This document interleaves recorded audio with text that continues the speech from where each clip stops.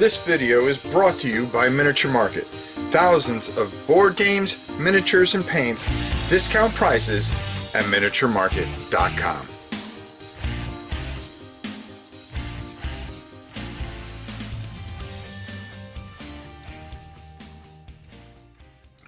Hey everybody, it's your old pal Rob. Now, I did a video last week about what I pulled in from my storage unit. And I pulled the original Hoplomachus, the Lost Cities and the Rise of Rome. Two games that I absolutely love, along with Origins, but I didn't want to bring them all in. And I said, well, let me do these two and I'll bring the next one in. Well, no sooner did I bring them in than what showed up on my doorstep from the great Chip Theory games. And these people have always been very loyal to this channel and very kind to this channel. And I can't thank them enough for all their kindness and how they've been behind this channel when it was just a really, really small channel instead of a semi-small channel.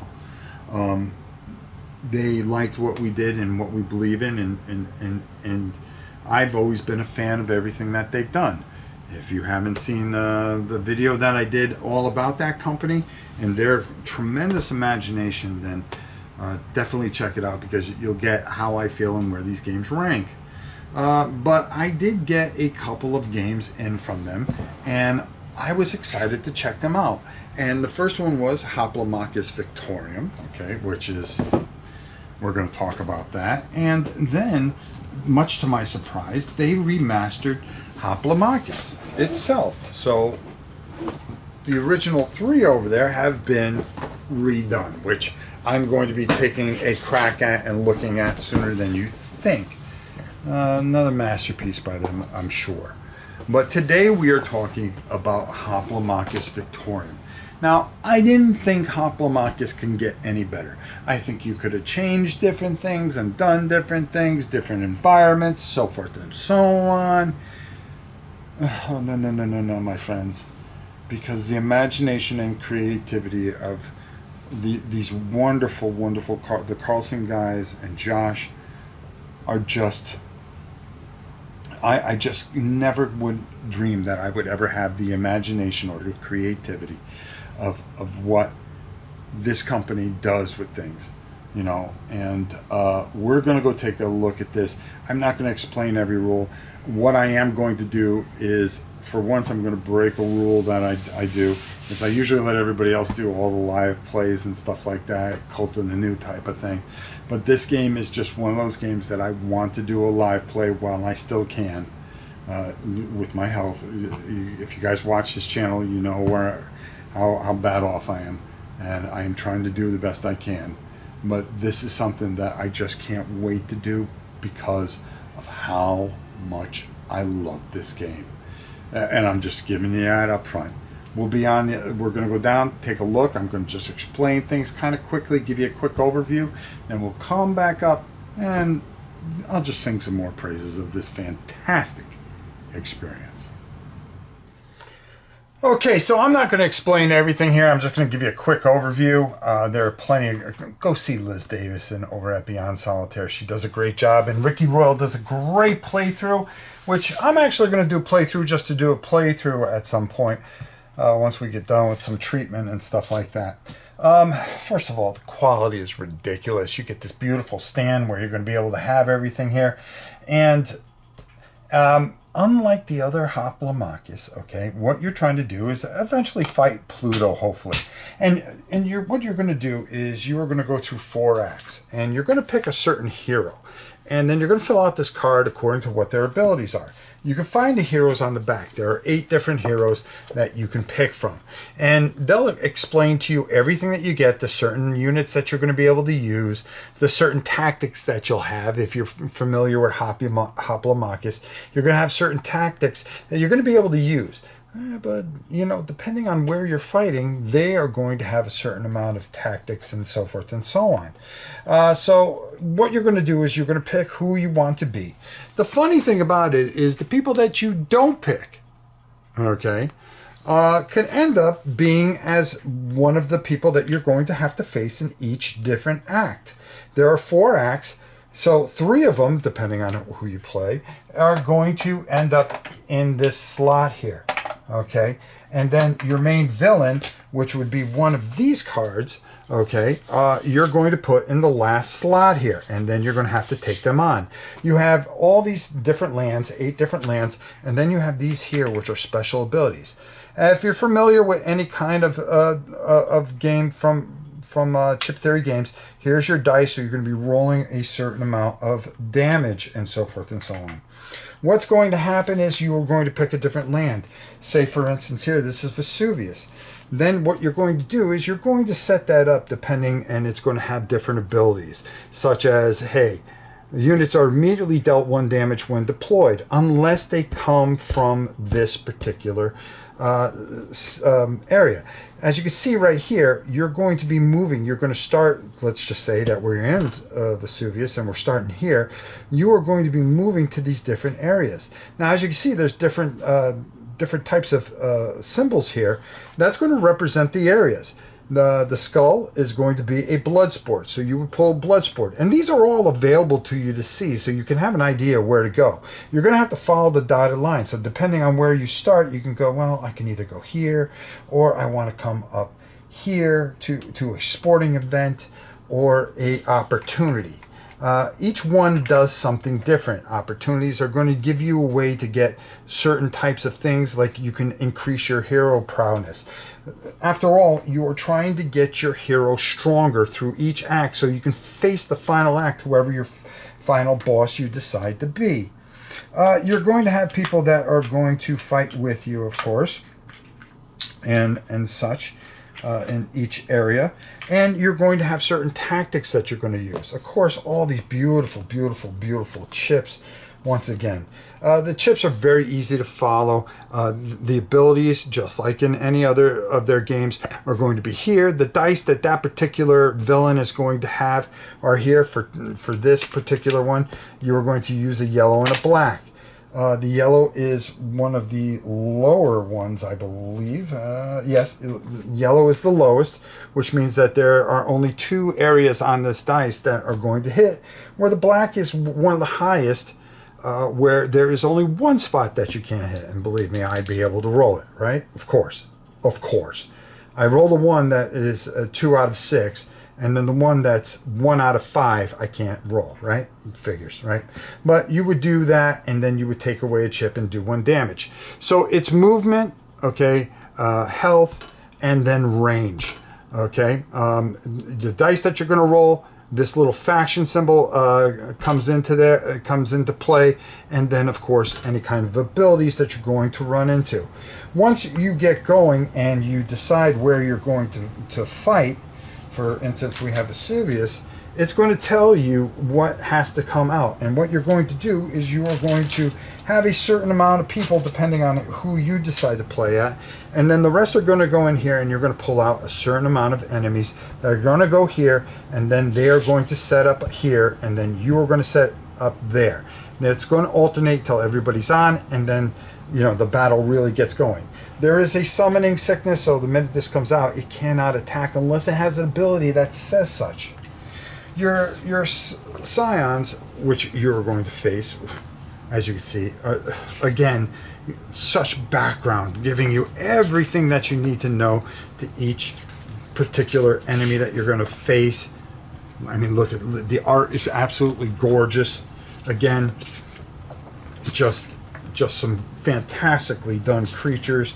And then, of course, your main villain, who you want to take out, is, of course, Pluto. Can you get your character strong enough to get there? Now, I suggest laminating this and going over it. You're going to be increasing yourself in health, leadership, blessings. Okay, you're going to be stepping up your dice to get stronger, what type of class you are. And there's things here like Scions. When you rest, you're going to be knocking these off. And certain events that are going to happen that are not going to help you. There are certain things that each land is going to do. They are going to cause all kinds of bedlam because each land is different and has different types of enemies that you're going to face that occupy that land. So as you're moving through here, trying to get possibly to one of those areas, because at the end of 12 acts, you've got to time everything out where you're going to be in that land where you're going to be able to fight that particular particular challenge for that particular act, but each land has something different. Like Atlantis has a Triton. If you're able to get over to the Triton, you're going to claim the Triton and be able to use the Triton against your enemies. But the same could be said for the AI, as they are going to be able to do the same. You're also going to have traits that you can use, or prowess cards that are going to help you and help you throughout, okay? Which are you're going to be able to level up and get stronger and help your character along become even better.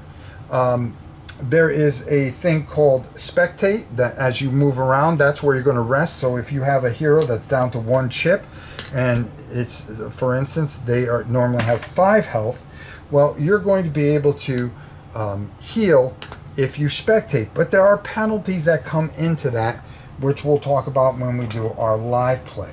Everything is spelled out perfectly on your quick reference card. There's the travel phase, like we said, we're going to move around. Your event phase, spectate, or if you decide to accept one of these cards, you are going to set up and then you're going to fight, because each card will tell you what's in that particular area. Say we draw this, well, this is going to be for us, but this is going to be a local. A local would be, if we were in Atlantis, we would use one of these local guys who will make things a lot tougher for you, trust me. And should you decide to accept that, there are going to be certain rules here that you're going to follow, or you would spectate. Then you would perform the combat sequence, then there's a cleanup phase, and then you start right back over with your travel phase, trying to deal with each particular thing of each act and come out on top on combat, and using strategic ways, because your hero will lose and has to keep, when they lose health, until you can spectate and re-up their health, and you have to time that out, because there are penalties. Okay, there are penalties. But if you have somebody such as this guy working for you, and he goes down to 1 health and the battle's over, the next time he goes into combat, he will be up to his full health of 3. So timing that out, knowing when to use that, but when you lose these guys, you lose them for good. So you want to be smart, because then you're going to have to find a way to replace them. And there are ways with the cards and everything else, how to replace things and get stronger and build up your units and your, well, anti-hero, if you want to call it that. Again, just tremendous quality here. Beautiful map, neoprene. The maps are 2-sided, so you have different areas that you're going to be fighting on. You're going to have a choice between what you're going to do, whether it's King of the Hill, capture the flag, which I'm not even going to go into explaining half those things. But again, each event is different. It's just not always just some kind of battle. Again, beautifully done. Your battle maps off and ready going. Another masterpiece from one of the best companies in the world, and that is Chip Theory Games. Let's go up top. We're going to definitely do a live playthrough of this. I have to. This is just something that is beyond words and special. So we're going to go up top. I'm going to talk more about this. I've been enjoying the heck out of this, and I'm telling you, if you have the means, go out and get this. You will not be disappointed. Let's go up top and get my final thoughts. A person who's really, as I'm going through things, has gotten closer with me and really means a lot to me. Liv Davison, who is probably one of the best YouTubers out there. I wish I had an ounce of her talent, just an ounce. And her and Ricky Royal, the 2 people I just admire and are big Hoplo fans. She said something, and I mentioned it in the other video, is that these guys had the bravery to do things when nobody else would try them, to create worlds, to take a chance and just say, we believe in what we do so much. And it stands by everything that they do, the quality. And then to come up with I never would have dreamed of what they came up with. See, the earth is actually shattering behind me. Victorium is something so different, but so great, and it holds true to what Hoplomachus is. At the end of the day, it's a great fighting gladiator game, and you are trying to go from this lowly gladiator to this heroic hero, and how you build things up is just, it's awe-inspiring. It's just amazing, the creativity and the heart that they put into it, and then the quality. If you're ever at a poker game or something, we've all played poker, but holding poker chips it always felt like you had something, and to take that and make that the basis of your games is just amazing, because it just gives you this feel of quality and greatness, and the stitched and beautiful neoprene maps and everything that is done with their, to the cards, the quality of the cards, and how ridiculously good they are. This game is just something else. I love the fact of how you've got to go through the different acts. I love how you're trying to get to Pluto and kick the living crap out of him and say, hey, bro, it's on. I'm going to set the world straight, and I'm going to build up. And then trying to save yourself, and knowing when to rest, or I forgot how they put it. You go through that rest cycle and not do something in a certain area, and then the trials and the all the little things, and how. And let me tell you something. I've said it in here before, but the unit skills, how they've been cleaned up so much. They learn from their past experiences. They listen to people, and they just make things better and better and better. And this is an example of professionalism, greatness, and just tremendous heart, because what they create is beyond anything I've ever seen. So go out, definitely get this if you can. This is just one of those games that you have to have. You have to have. And if you've never played a chip theory game, I really suggest you could pick any one of them, and you will find yourself lost in a world unlike any other, and it will be marvelous. Check out their website, Chip Theory Games. Those wonderful people from Minnesota are just creating things that are just magical, and they are magical. And these games are just what games are supposed to be. They take you someplace else. I highly suggest this. Until next time, it's your old pal Rob. We'll see you soon, everybody.